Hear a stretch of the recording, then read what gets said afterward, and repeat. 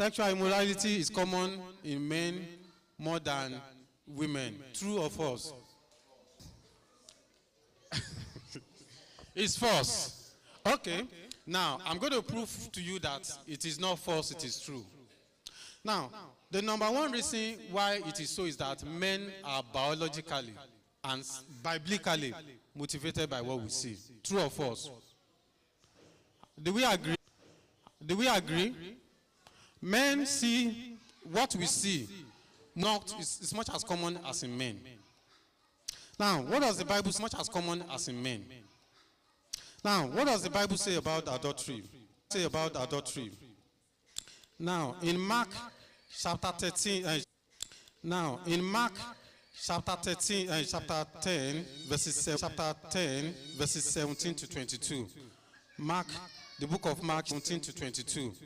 Mark, the book of Mark chapter 10, 17 to 22 talk about a young man that went to Jesus Christ that said, book of Mark chapter 10 verse 17 to 22, and in the 19th verse 17 to 22, and in the 19th of that Bible passage, he said, thou knowest the commandments, do not commit adultery, do not kill, do not steal, do not bear false witness, defraud not, honor thy father and mother. Those are the things that can guarantee you, one of the things that can guarantee you in entering the kingdom of God. It says that explicitly that we should not what? Commit adultery. And in Exodus chapter 20, verse 14, it is there when Jesus, when God was handling the, it is there when Jesus, when God was handling the 10 commandments to Moses. It's talk about in chapter, verse 14 of that chapter says, thou shalt not commit adultery. But do we know that in this world right now, it is becoming much more difficult for men? We have to discipline ourselves not to commit adultery. Biblically, it might look simple, but it is much more difficult right now. Because men are what? We are motivated or we are moved by what we see. Now, biblically, scientifically, it has been proven. Because I remember way back in my JSS1, that was some couple of years back. It's one of those things that I was taught in my integrated science. Now, for you to know it is biblical, we all know the story of King David. And in the book, in that story, King David was in his backyard at the top of his building.